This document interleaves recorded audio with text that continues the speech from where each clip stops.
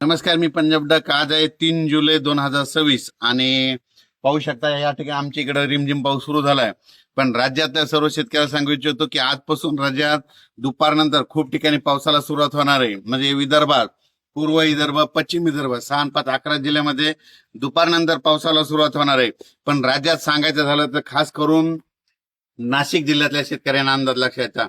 मुंबईपेक्षा नाशिककडं मध्ये 4, 5, 6, 7च्या दरम्यान माझं तर म्हणणं एका दिवस नाही, ह्या 8-7 दिवसामध्ये 1600 ते 1800 मिलीमीटर पाऊस पडेल इतका नाशिक जिल्ह्यामध्ये पाऊस पडणार आहे.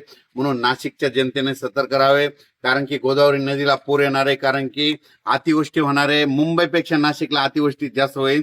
मुंबईला जरी पाऊस कमी झाला पण नाशिककडे जास्त पाऊस पडणार आहे. म्हणून हा अंदाज सर्व शेतकऱ्यांनी लक्षात. राज्यात सांगायचं झालं तर आजपासून 3 तारखेपासून राज्यात बऱ्याच भागामध्ये पाऊस सुरू होणार आहे, म्हणून हे लक्षात. त्याच्यानंतर कोल्हापूर पासून ते इकडे पालघर पर्यंत कोकण पट्टीकडे आज पाऊस सक्रिय होईल आणि त्याच्यामुळे काय होईल, राज्यामध्ये सक्रिय पाऊस सुरू झाल्याच्या नंतर सरी सुरू होणार आहेत. म्हणून हे अंदाज लक्षात. खास करून जास्त पाऊस कुठं होणार आहे तर राज्यातल्या सर्व शेतकऱ्याला सांगू इच्छितो की नाशिक जिल्हा, मुंबई जिल्हा, मुंबईमधले संपूर्ण जिल्हे, त्याच्यानंतर सांगायचं झालं तर मग अतिमुसळधार पाऊस कुठं पडणार आहे, मुंबईकडे पडणार आहे. मुंबईपेक्षा जास्त नाशिक जिल्ह्यात पाऊस पडणार आहे. म्हणजे नाशिक जिल्ह्यात जवळपास सरासरीपेक्षा जास्त पाऊस पडणार आहे. नाशिकचे जितके छोटे छोटे तलाव आहे, पाझर तलाव, तिकडे संपूर्ण भरून जातील. म्हणून हे अंदाज सर्व शेतकऱ्यांना लक्षात. गोदावरी नदीला देखील पूर येणार आहे.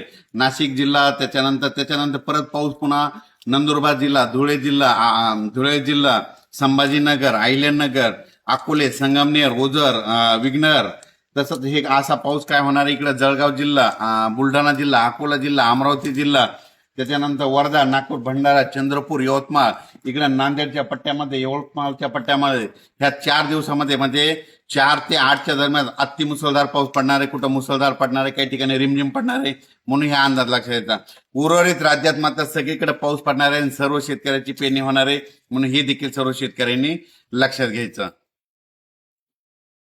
राज्यात सांगायचं झालं तर सगळ्यात जास्त पाऊस मग नाशिककडे होणार आहे ना. म्हणजे मुंबईला जितका पडला त्याच्यापेक्षा जास्त नाशिक जिल्ह्यात पडणार आहे.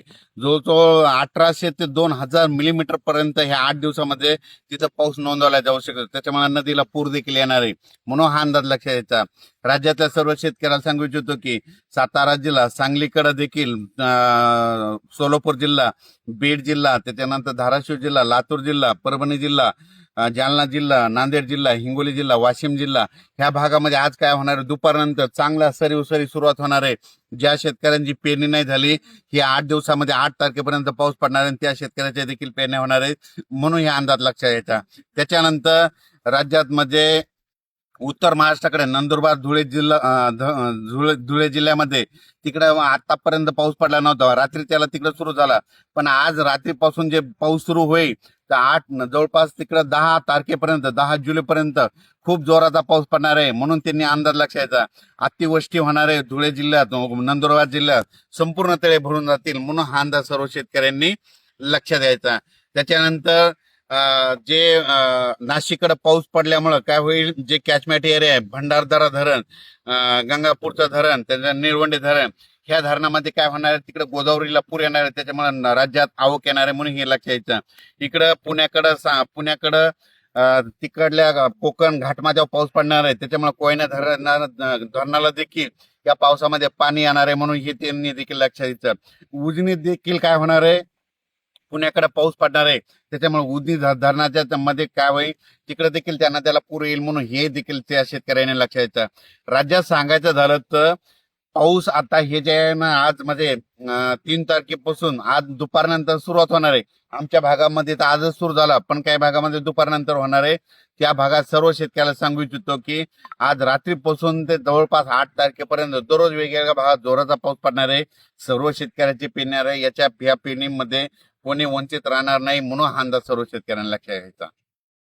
सर्व शेतकऱ्यांना एक सांगू इच्छितो की एक आनंदाची बातमी, ज्या भागात अद्यापही पाऊस पडला नाही, हे पाऊस मध्ये आज रात्रीपासून ते जवळपास 8-9 जुलैपर्यंत पडणार आहे. त्याच्यानंतर 13-14 जुलैला देखील परत पाऊस सक्रिय होणार आहे. म्हणून त्याच्यामुळे शेतकऱ्यांनी काही काळजी करायची गरज नाही. दुष्काळ वगैरे काही पडणार नाही, तुम्हाला सांगू इच्छितो.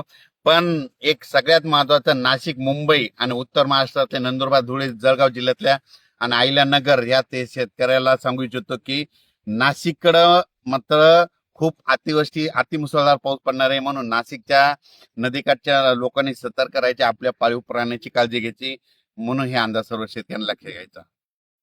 तर मी हे जे अन्न दिलेलं आहे मी माझ्या शेतामध्ये, आणि हे माझं सोयाबीनचं शेत आहे, तिसऱ्या दिवशीची म्हणजे जवळपास 30 तारखेची पेरणी आहे. हे बघा कशी सोयाबीन निघालेली, संपूर्ण जवळपास 18 एकर सोयाबीन निघालेली आपलं.